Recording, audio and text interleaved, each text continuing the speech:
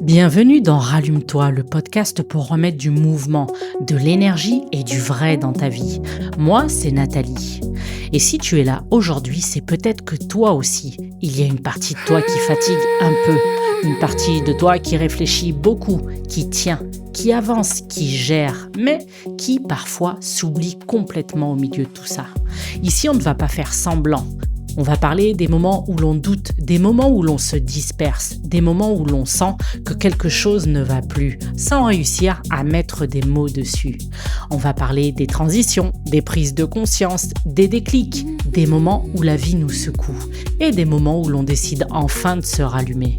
Pas avec des grands discours parfaits, pas avec du développement personnel perché, juste avec du vrai, du vécu, de l'humain, de l'énergie et parfois une vérité qui fait un peu bouger à l'intérieur. Alors, où que tu sois, en voiture, en train de marcher, dans ton canapé ou peut-être dans une période un peu floue de ta vie.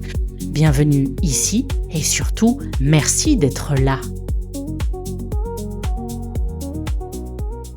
Aujourd'hui, j'avais envie qu'on parle de quelque chose que beaucoup de femmes vivent, mais qu'on montre très peu. Cette pression de toujours devoir tenir, toujours gérer, toujours assurer, toujours être forte. Parce qu'honnêtement, je crois qu'à force d'être forte pour tout le monde, on finit parfois par ne plus savoir comment être douce avec nous-mêmes. Et je pense que pendant longtemps, j'ai été cette femme-là. Et pour être honnête, je crois que je le suis encore parfois, voire trop souvent. Cette femme qui tient, qui gère, qui avance, même fatiguée. Parce qu'il y a des habitudes qui restent longtemps. Le mode survie, parfois, il colle à la peau. Et honnêtement, je pense qu'on est énormément de femmes à vivre comme ça sans même s'en rendre compte. Je me souviens d'une période où j'avais l'impression de courir tout le temps. Toujours quelque chose à faire, toujours quelqu'un qui avait besoin de moi, toujours une responsabilité en plus. Et moi, qu'est-ce que je faisais? Je continuais. Je travaillais énormément, je cumulais, je faisais des heures, je gérais ce qu'il fallait gérer. Et je ne me demandais même plus comment moi j'allais vraiment. Parce qu'à force, on devient presque programmé pour tenir. Et le pire, c'est qu'on finit par trouver ça normal. C'est normal d'être fatigué, c'est normal d'être stressé, normal de ne jamais vraiment s'arrêter. Comme si vivre sous pression était devenu une preuve de valeur. Mais avec le recul, je me rends compte aussi d'une chose importante. Une énorme partie de cette pression, je me la mettais moi-même, parce qu'on veut bien faire, parce qu'on veut gérer, parce qu'on veut être à la hauteur partout. Alors, on s'impose des standards énormes. On veut être présente pour les enfants, performante au travail, disponible pour les autres, forte émotionnellement, organisée, souriante, et à un moment, ça devient impossible humainement. Mais malgré ça, on continue souvent à se mettre encore plus de pression, comme si ralentir voulait dire échouer. Je me souviens aussi que pendant des années, je prenais très peu de vraies vacances. Je prenais 2 semaines par an, voire zéro. Je travaillais les jours fériés, je travaillais les samedis, donc 6 jours sur 7. Très peu de moments, en fait, où je décrochais complètement, comme si ma vie entière était devenue tenir, gérer, assurer. Et à un moment, on oublie même ce que ça fait que de se sentir légère. Je me rappelle de moments en famille où physiquement j'étais là, mais mentalement ailleurs. Parce que quand ton cerveau ne s'arrête jamais, tu ne profites plus vraiment. Même les moments censés être beaux deviennent juste des moments de plus à gérer. Et ça, je crois que ça m'a énormément attristée quand j'en ai pris conscience. Parce qu'au fond, je ne voulais pas juste survivre à ma vie, je voulais la vivre. Et honnêtement, je pense qu'il y a énormément de femmes qui paraissent fortes, mais qui, au fond, sont juste épuisées depuis beaucoup trop longtemps. Et le problème des femmes fortes, c'est que tout le monde croit qu'elles vont bien, parce qu'elles sourient, parce qu'elles avancent, parce qu'elles gèrent. Mais personne ne voit les moments où elles craquent seules. Personne ne voit les soirées où le cerveau tourne encore à 23 heures, les nuits où l'on réfléchit trop, les moments où l'on se sent juste vidé. Je me souviens d'un soir en particulier. Les enfants dormaient, la maison était calme. Et moi, j'étais assise, seule, dans le silence. Mais pas un silence reposant, un silence qui te met face à toi-même. Et ce soir-là, je crois que j'ai compris quelque chose d'important. Oui, ok, je savais parfaitement gérer une vie, mais je ne savais plus vraiment comment ressentir ma vie. Et cette phrase, elle m'a énormément secouée. Parce qu'il y a une énorme différence entre être fonctionnelle et se sentir vivante.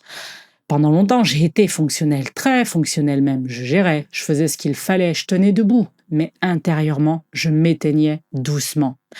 Et je pense que le divorce a accentué ça aussi à certains moments, parce qu'après une séparation, on devient souvent encore plus forte. On n'a pas le choix, il faut gérer, avancer, reconstruire, être présente pour les enfants, continuer malgré tout. Alors, on tient encore plus.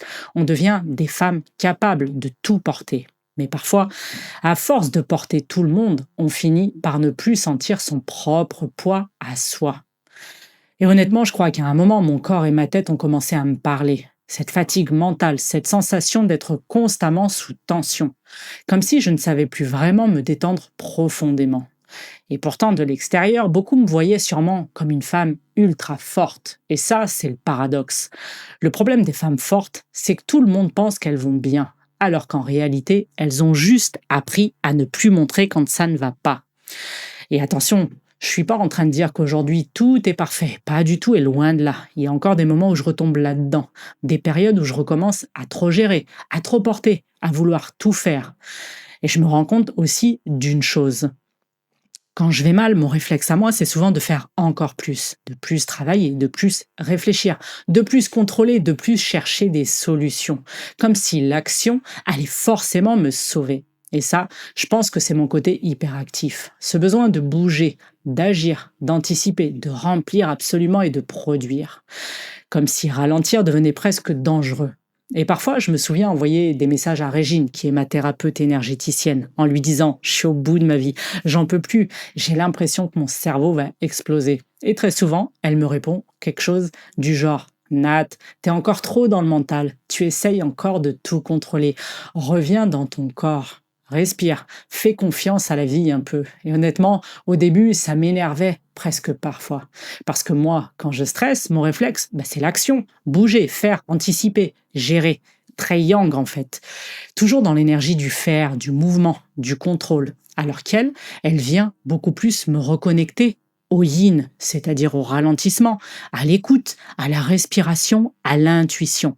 Au fait d'arrêter de vouloir porter le monde entier toute seule. Et avec le recul, je me rends compte à quel point elle avait et elle a raison sur beaucoup de choses. Parce qu'à force d'être uniquement dans l'action, on finit par se déconnecter complètement de soi. On vit dans la tête, dans les listes, dans le contrôle et dans l'anticipation.